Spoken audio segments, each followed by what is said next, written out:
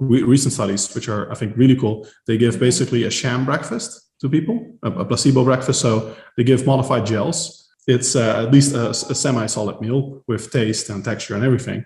And you don't know when you're eating that if it's just flavors that you're consuming or if it actually has calories. Such a breakfast increases performance similarly to an actual breakfast with carbohydrates. Whereas people that don't eat anything, they do have worse performance. So there might also be an effect of satiety, because in those studies they do find that, or at least in one of them they measured it, that hunger levels decreased. And if you're hungry, your willpower levels might be lower. It might be harder to push yourself for those last reps. I would say it is important to eat protein before your workouts, because there are at least 2 studies that show, again, eating something compared to nothing improves performance, but protein is just as effective as carbohydrates. In isocaloric settings, so when you're equating for energy content, the effects disappear almost completely. In fact, this is an extremely striking finding, I find. In our systematic review, we did not find a single isocaloric study in which higher carbohydrate intakes resulted in significantly higher strength training performance compared to a lower carbohydrate intake. None, not a single one. I mean, if you look at how ardently most people believe that carbohydrates do improve performance, I mean, there are some indications, but it's mostly during, like I said, fasting. There's strong possibility of a psychological effect, etc. It's definitely a dogma, the importance of high carbohydrate intakes. If you look purely at the data, there's simply very little to substantiate those beliefs. In almost any scenario, training hard is better and training close to failure and with relatively heavy weights, because you can basically always just reduce the volume. If you don't want to get much bigger, you could, of course, not train heavy and then do 5 sets of squats, but you could also do 1 hard set and you'll get the same result effectively. Excess muscle growth is a luxury problem that they don't actually have to deal with. A lot of people think they might have to deal with it. Especially women are often brainwashed into thinking, oh, you go to the gym, the next morning you wake up as the She-Hulk. Yeah, not so much. It's actually very hard to build a very muscular physique.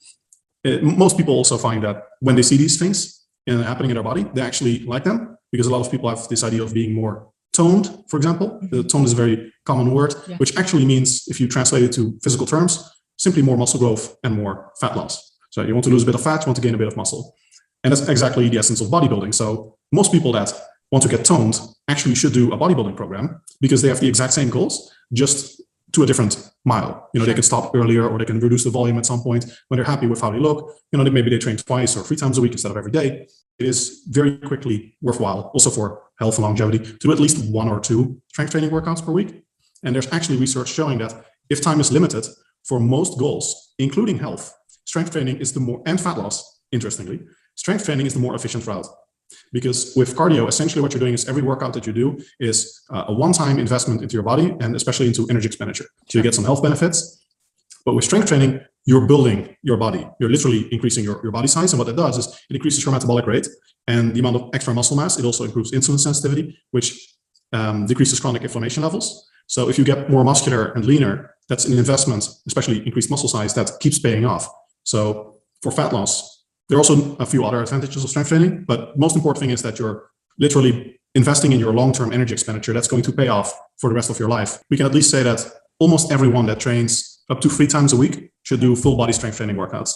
Don't bother with body part split or typical bodybuilding style workouts. They're not more effective in any sense. And it's in particular much more time effective to do full body training, because you can use your rest intervals to train other muscle groups. So for example, you can do a set of lag curls, a set of squats, a set of pull downs, a set of bench presses, all with just 1 minute rest in between or something.